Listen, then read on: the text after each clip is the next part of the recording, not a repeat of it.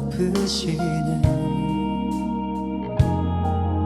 주 나의 모든 것 주님만 의지하리 눈을 들어 주님만 바라보리 주님을 예배하는 것 주님을 기뻐하는 것 나의 마음과 뜻 다해 주님 더 알기 원하네 주님을 사랑하는 것 주님을 갈망하는 것 나의 유일한 소망이라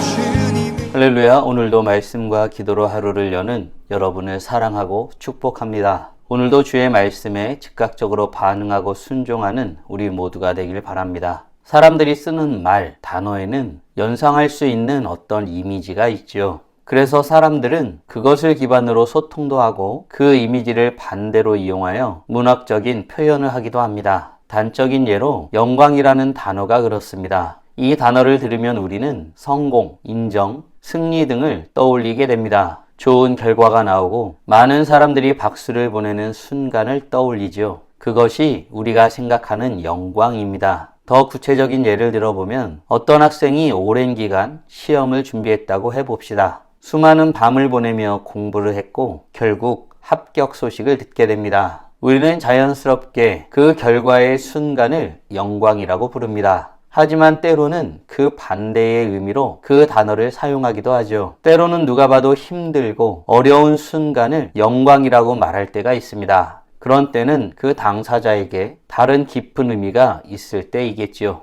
오늘 본문도 이와 같은 내용을 다룹니다. 예수님이 맞이할 영광의 순간에 대해서 다루고 있습니다. 함께 묵상한 하나님 말씀은 요한복음 12장 20절로 33절까지입니다. 말씀 듣고 묵상 나눔하겠습니다. 명절에 예배하러 올라온 사람 중에 헬라인 몇이 있는데 그들이 갈릴리 베세다 사람 빌립에게 가서 청하여 이르되 선생이여 우리가 예수를 배우고자 하나이다. 빌립이 안드레에게 가서 말하고 안드레와 빌립이 예수께 가서 여쭈니 예수께서 대답하여 이르시되 인자가 영광을 얻을 때가 왔도다. 내가 진실로 진실로 너희에게 이르노니 한 알의 밀이 땅에 떨어져 죽지 아니하면 한 알 그대로 있고 죽으면 많은 열매를 맺느니라. 자기의 생명을 사랑하는 자는 잃어버릴 것이요 이 세상에서 자기의 생명을 미워하는 자는 영생하도록 보존하리라. 사람이 나를 섬기려면 나를 따르라. 나 있는 곳에 나를 섬기는 자도 거기 있으리니 사람이 나를 섬기면 내 아버지께서 그를 귀히 여기시리라.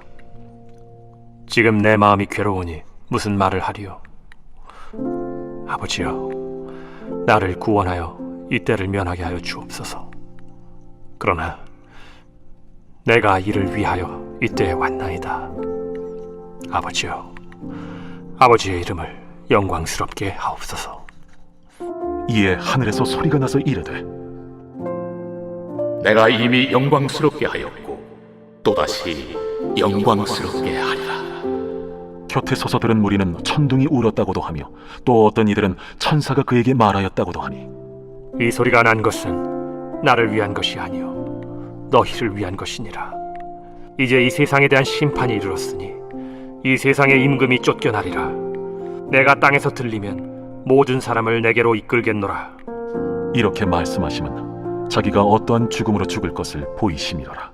오늘 본문은 예수님이 맞이할 영광의 때 십자가 사건을 앞둔 시점에 대해서 다루고 있습니다. 요한복음 12장은 예수님의 공생의 시기 중 마지막 부분을 다루고 있죠. 예수님의 사역이 절정에 이르렀고 동시에 십자가 사건에 가까워진 시점입니다. 유월절에 예배하러 온 사람 중 헬라인 몇이 그때에 있었죠. 그들은 예수님을 뵙기를 원하였습니다. 그래서 빌립을 통해 그 의사를 전달하죠. 예수님은 이때 무엇에 대해서 말씀하셨을까요? 23절입니다. 주니 예수께서 대답하여 이르시되 인자가 영광을 얻을 때가 왔도다.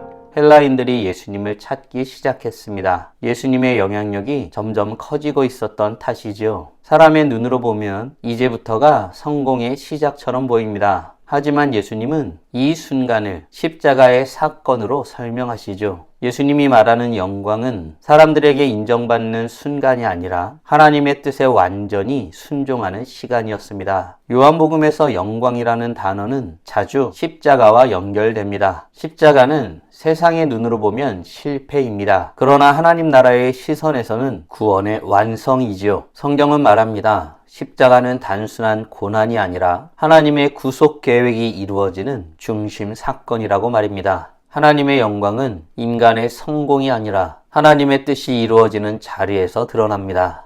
사랑하는 성도 여러분, 하나님이 보시는 영광과 내가 생각하는 영광은 같은 방향입니까? 주님이 말씀하신 영광을 같은 방향으로 고백한다는 것은 같은 마음을 품고 살아간다는 뜻입니다. 바라기는 주의 영광을 같은 마음으로 고백하며 주의 뜻을 이루는 자로 지금의 삶을 사는 복된 하나님의 자녀들 되길 간절히 소원합니다. 예수님이 이제 얻을 때가 됐다고 하는 영광은 과연 어떤 것이었을까요? 24절, 25절입니다. 내가 진실로 진실로 너희에게 이르노니 한 알의 밀이 땅에 떨어져 죽지 아니하면 한 알 그대로 있고 죽으면 많은 열매를 맺느니라. 자기의 생명을 사랑하는 자는 잃어버릴 것이요 이 세상에서 자기의 생명을 미워하는 자는 영생하도록 보존하리라. 예수님은 자신이 얻을 영광, 즉 죽음에 대해서 설명하십니다. 자신의 죽음을 설명하기 위해 한 알의 밀의 비유를 말씀하시죠. 씨앗은 그대로 있으면 안전합니다. 그러나 열매도 없지요. 하지만 씨앗이 땅에 묻히고 썩어지게 되면 새로운 생명이 시작됩니다. 예수님은 바로 이 원리를 말씀하신 것입니다. 예수님의 십자가는 죽음처럼 보이지만 그 죽음을 통해 수많은 생명을 얻게 되는 것입니다. 이 원리는 제자들의 삶에도 동일하게 적용되지요. 요한복음 12장 25절에 이렇게 말합니다. 자기 생명을 사랑하는 자는 잃어버릴 것이요 이 세상에서 자기 생명을 미워하는 자는 영생하도록 보존하리라. 예수님은 자신을 사랑하는 것보다 자신을 부정하고 내어놓는 삶을 제자들에게 요구하고 계셨습니다. 여기서 말하는 미워한다는 말은 자기 파괴를 의미하는 것이 아닙니다. 자기 중심의 삶을 내려놓는 것이죠. 사랑하는 성도 여러분, 나는 자신을 내어놓는 희생으로 말미암아 얻어지는 열매가 곧 영광임을 알고 그 영광을 추구하고 있나요? 신앙은 결국 내 중심에서 하나님 중심으로 방향을 바꾸는 것입니다. 바라기는 자기 자신을 내어주고 생명을 얻으신 예수님을 따라 주의 길을 따라가는 복된 삶을 살아가는 하나님의 자녀들 되길 간절히 소원합니다. 예수님은 자신을 섬기려면 자신을 따르라고 말씀하십니다. 주님을 따르는 자는 결국 주님과 함께 있게 될 것입니다. 물론 십자가를 지는 것이 결코 쉬운 일이 아니죠. 그러나 예수님은 자신의 뜻보다 아버지 하나님의 뜻을 따랐습니다. 아버지 하나님의 영광을 구한 것입니다. 예수님은 자신의 죽음이 어떤 결과를 가져오게 될 것이라고 말씀하셨을까요? 32절, 33절입니다. 내가 땅에서 들리면 모든 사람을 내게로 이끌겠노라. 이렇게 말씀하시면 자기가 어떠한 죽음으로 죽을 것을 보이심이로라. 예수님은 결국 들리게 되고 이제 사람들을 이끄실 것이라고 말씀하셨습니다. 여기서 들린다는 말은 두 가지 의미를 동시에 가지고 있습니다. 하나는 십자가에 달린다는 뜻이고 또 다른 하나는 높여진다는 뜻입니다. 세상은 십자가를 수치라고 생각했습니다. 그리하여 예수님의 죽음이 수치스러운 죽음이라고 여겼지요. 하지만 하나님은 그 십자가를 통해 구원의 길을 여셨습니다. 예수님의 십자가는 단순한 죽음이 아니라 사람들을 하나님께로 이끄는 사건이었습니다. 복음은 힘으로 사람을 끌어오는 것이 아닙니다. 십자가의 사랑이 사람을 움직이게 합니다. 사랑하는 성도 여러분, 오늘 우리는 예수님이 맞이할 영광의 때에 십자가 사건을 앞둔 시점에 대해서 묵상하였습니다. 다음 질문들을 통해 말씀을 정리하고 더 깊게 묵상해 보길 원합니다. 나는 십자가의 의미를 얼마나 깊이 이해하고 있나요?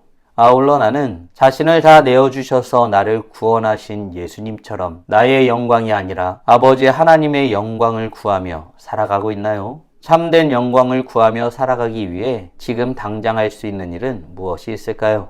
묵상하신 대로 주님 앞에 나아가 찬란하게 빛나길 간절히 소원합니다. 다 함께 기도하겠습니다.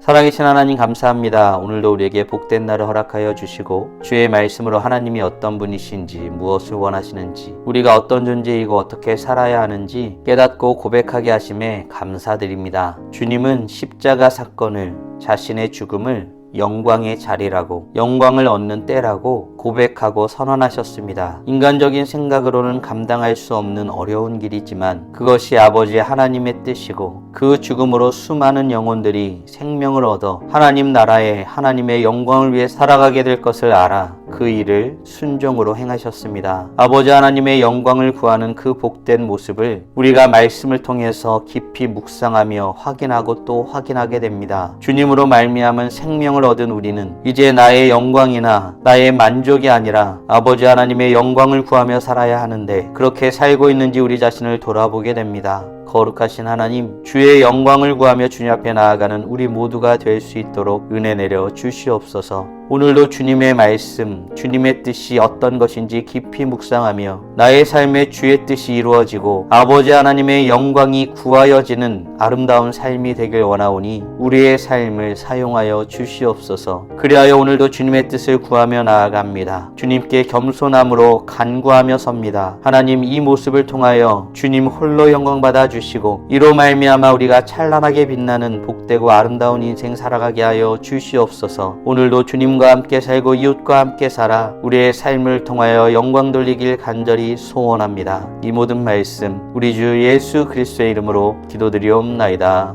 아멘.